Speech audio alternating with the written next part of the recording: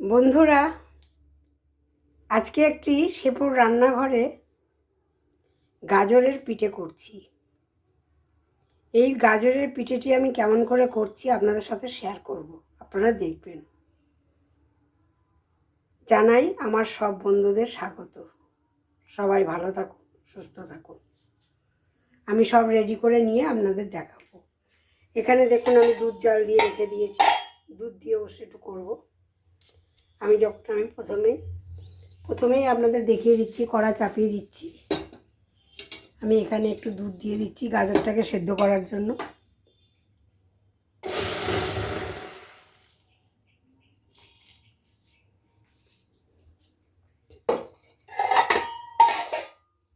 গাজরটিকে আমি এখানে ছোটো এলাচ দিচ্ছি না। দেখুন আমি আগেই আমার সুবিধার জন্য আমি ছোটো এলাচ দিয়ে দুধ দিয়ে একটু মালাই করে রেখেছি। এই মালাইটা আমার পরে কাজে লাগবে। এখন আমি গাজরটাকে সেদ্ধ করে নেব। গাজরটাকে গ্রেট করে রেখেছি, দেখুন ছোট ছোট করে গ্রেটার দিয়ে গাজরটাকে সেদ্ধ করে নেব।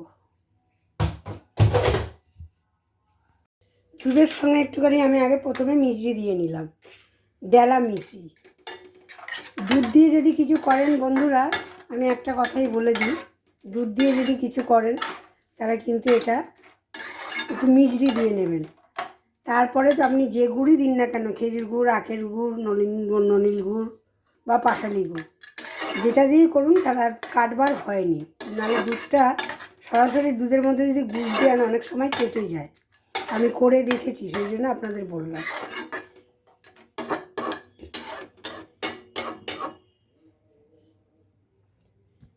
আগে একটুখানি আরেকটু মিষ্টি দিয়ে দিলাম।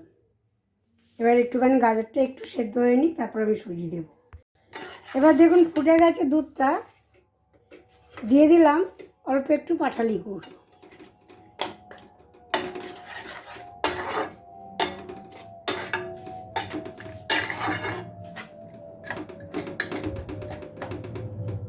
গাজরটা আরেকটু দুধের সঙ্গে সেদ্ধ হয়ে যায়, তারপরে আমি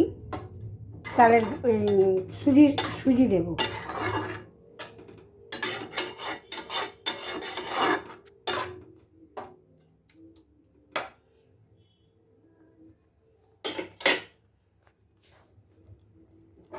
একটু ঢাকা দিয়ে দিলাম। এবার দেখুন একটু নলেন গুড় দিয়ে দিলাম। যদি আপনাদের কাছে নলেন গুড় থাকে দেবেন, নাহলে পাটালি গুড় দিয়ে করবেন, কোনো অসুবিধা নেই।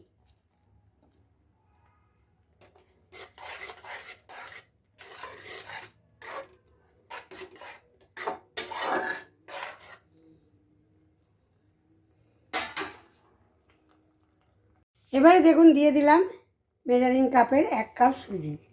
আমি 1 কাপ সুজি দিয়ে দেখি, যদি আর একটু লাগে তাহলে আরেকটু দেবো। হ্যাঁ, আর একটু সুজি লাগবে।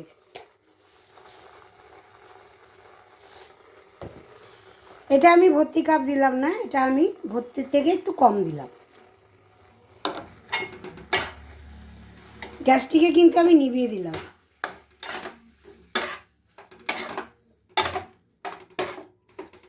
একটু ঠান্ডা করে নিয়ে তারপরে মাখবো। খুব ঠান্ডা না, একটু গরম গরম থাকবে, তারপরে আমি আপনাদের দেখাচ্ছি। দেখুন ঢেলে নিয়ে চলে এসেছি, কিন্তু একটু গরম গরমই মাখতে হবে। একটুখানি আমি হাতে ঘি নিয়ে নিলাম, দেখুন ঘি দিয়ে একটু মাখতে হবে।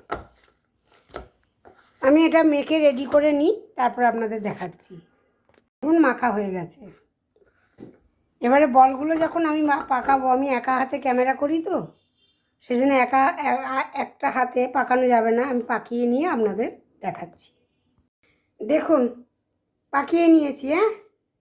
পিঠেটাকে রেডি করে নিয়েছি। আমি একটু কাঁটা চামচে করে একটু ফুটো ফুটো করে দিয়েছি, যাতে দুধটা ভেতরে ঢুকতে পারে এবং সৌন্দর্যের জন্য। চলুন রান্নাঘরে। আমি এখানে দেখুন জল বসিয়ে রেখে দিয়েছি, একটুখানি মিনিট 4 মতন একটু ভাপ দিয়ে নেব।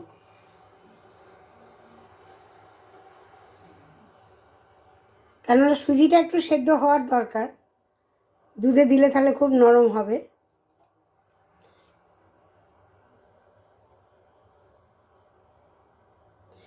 আমার এই পিঠেগুলি দেখে আপনাদের যদি ভালো লেগে থাকে তাহলে আমার চ্যানেলে একটি নতুন কোনো বন্ধু হয়ে থাকলে একটি সাবস্ক্রাইব করে রাখবেন,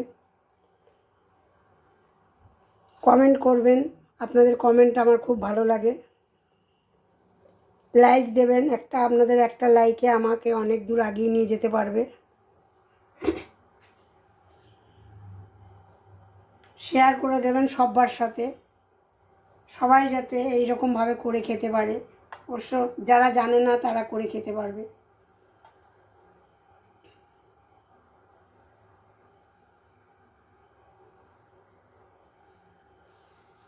এবার একটু চাপা দিয়ে দিলাম, মিনিট 4 মিনিটের মতন ভেপে যাক, তারপরে আমি মালাইটা দেব।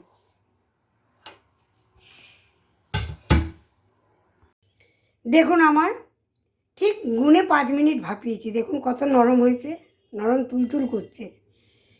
এবারে আমি যে দুধের মালাইটা করে রেখেছি বন্ধুরা, তবুও একটুখানি দুধের মধ্যে ফেলতে হবে বলে একটু দুধটা দিয়ে দিলাম।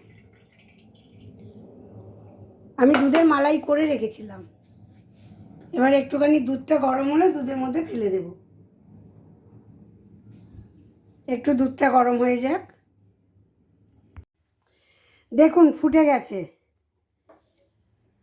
আমি এবার একটা একটা করে সব পিঠেগুলোকে দিয়ে দিচ্ছি। এত সুস্বাদু খেতে হয় না বন্ধুরা, আমার রিকোয়েস্ট রইল একবার নিজেরা করে এরকম খাবেন, খেয়ে আমাকে অবশ্যই জানাবেন আপনাদের কেমন লেগেছে।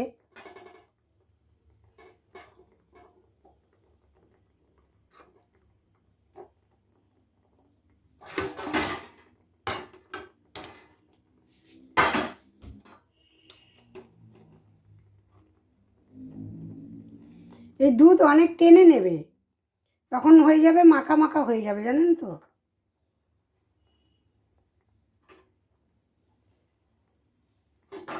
কেমন পিঠেটি লাগছে অবশ্যই আমাকে একটু কমেন্ট করে জানাবেন।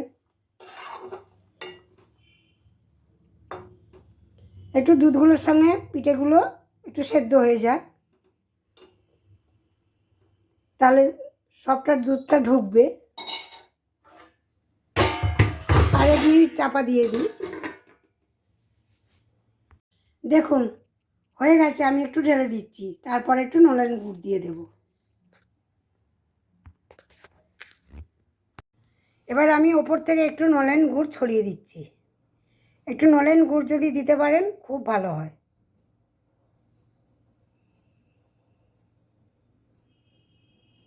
এত টেস্ট বন্ধুরা, আপনারা একবার না করে খেলে বুঝতে পারবেন না। দারুণ টেস্ট, দারুণ টেস্ট। দেখুন কত নরম হয়েছে, আমি একটা আপনাদের ভেঙে দেখিয়ে দিচ্ছি। দেখুন কত নরম হয়েছে, এই দুধটা সবই টেনে নেবে। ভালো লাগলে কমেন্ট করবেন অবশ্যই। রাখলাম।